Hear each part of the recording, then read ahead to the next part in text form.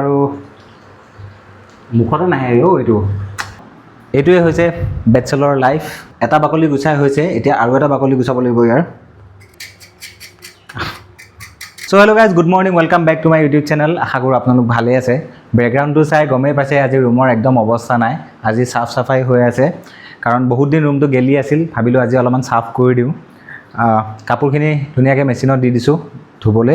তাৰপিছত এতিয়া ৰন্ধন প্ৰকৰণত লাগিব। তাৰ আগতে আপোনালোকক এবাৰ দেখাই দিওঁ ৰুমৰ কণ্ডিশ্যন।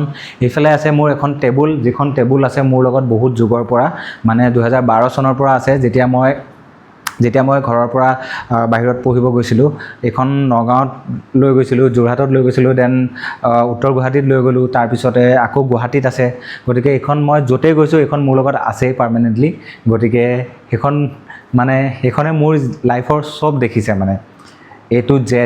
প্ৰথমে তেতিয়া সেইখন গেষ্ট টেবুল হিচাপে ব্যৱহাৰ কৰিছিলোঁ, যেতিয়া প্ৰথম যোনটো ৰুমত আছিলোঁ তাতে এক্সট্ৰা কিটচেন নাছিলে, মানে স্লেব নাছিলে।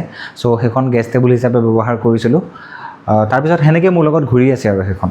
তাৰপিছতে আছে মোৰ এই কম্বলকেইখন। এইকেইখন আকৌ ঠাণ্ডা দিন আহিব হ'ল, এতিয়ালৈকে মই ভৰাব পৰা নাই। আজি ভাবিছোঁ এইকেইখনো ভৰাই দিওঁ বক্সৰ ভিতৰত, যিহেতুকে এই বিচনাখনৰ ভিতৰতে বক্স আছে।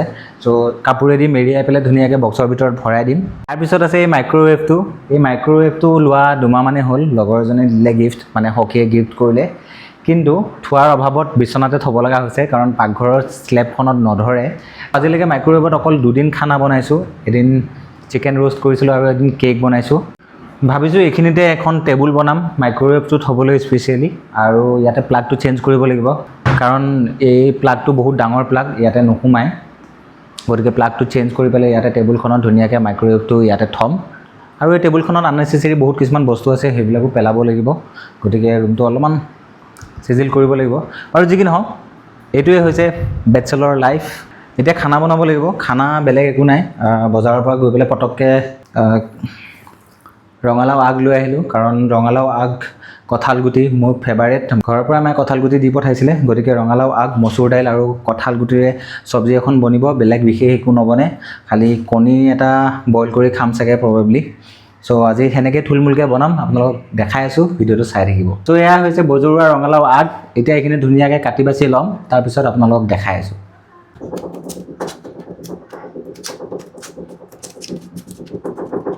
এই কঁঠাল গুটিবিলাক গুচাই মোৰ বহুত টাইম ৱেষ্ট হৈছে দেই, খাবলৈহে ভাল। চ' গাইজ, এইফালে ৰঙালাও আগখিনি কাটি হৈ গ'ল। এইফালে মচুৰ দাইল তিয়াই থৈ দিছোঁ, আৰু এইফালে কঁঠাল গুটিকেইটা কাটি আছোঁ। আটাইতকৈ কামৰ কাম, বহুত টাইম ৱেষ্ট হৈছে মোৰ। এটা বাকলি গুচাই হৈছে, এতিয়া আৰু এটা বাকলি গুচাব লাগিব ইয়াৰ।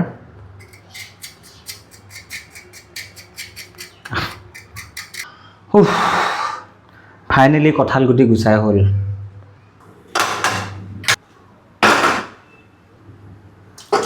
দাইলটো পাতি দিলোঁ, কঁঠাল গুটিকেইটাও দি দিলোঁ, পৰিমাণ মতে নিমখ। এতিয়া ইয়াত এটা চিটি মাৰিবলৈ দিম। এইফালে ৰঙালাও আগকেইটা অলপমান ভাজি লওঁ। মিঠাতেল দি দিছোঁ অলপ। তেল গৰম হৈ গৈছে, কেইটামান পাঁচফোৰণ দি দিছোঁ, 2টা পকা জলকীয়া। এতিয়া ৰঙালাও আগখিনি অলপ দেৰি ভাজিব লাগিব। নিমখ দিয়াই আছে, ইয়াতে অলপমান নিমখ দিম মাত্ৰ। অলপমান হালধিও দি দিছোঁ। ঢাকনটো মাৰি দিম, অলপমান সময় সিজিবলৈ দিম। চ' গাইজ, বহুত গৰম, ফেনখনৰ তলত বহি চাহকাপ খাই লওঁ।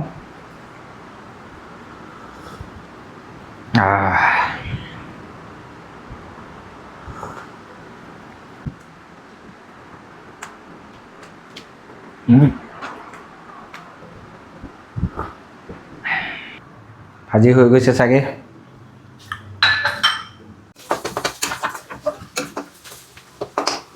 এতিয়া দাইলখিনি চম্ভাৰ মাৰি দিম।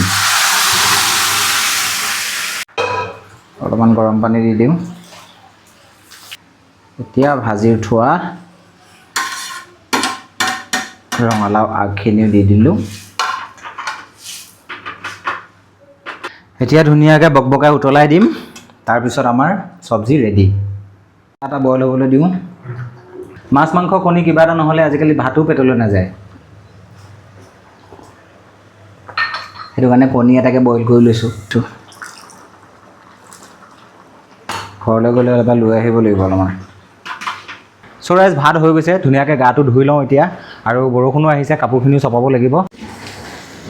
চ' গাইজ ধুনীয়াকৈ গাটো ধুই আহিলোঁ, বাহিৰত পূৰা বৰষুণ, যেনে যেনে কাপোৰখিনি লৈ আহিলোঁ, আৰু কাপোৰ অলপমান থাকিলেই শুকাবলৈ, আৰু কাৰেণ্টো নাই, ভাতটো তেনেকৈয়ে খাই দিব লাগিব।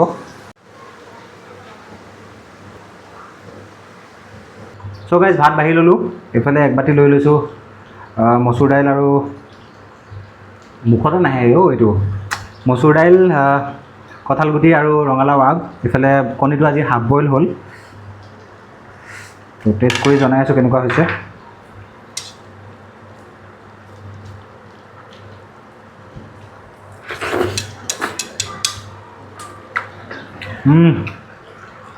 মজা হৈছে, ধুনীয়াকৈ বহি পেলাই খাই লওঁ।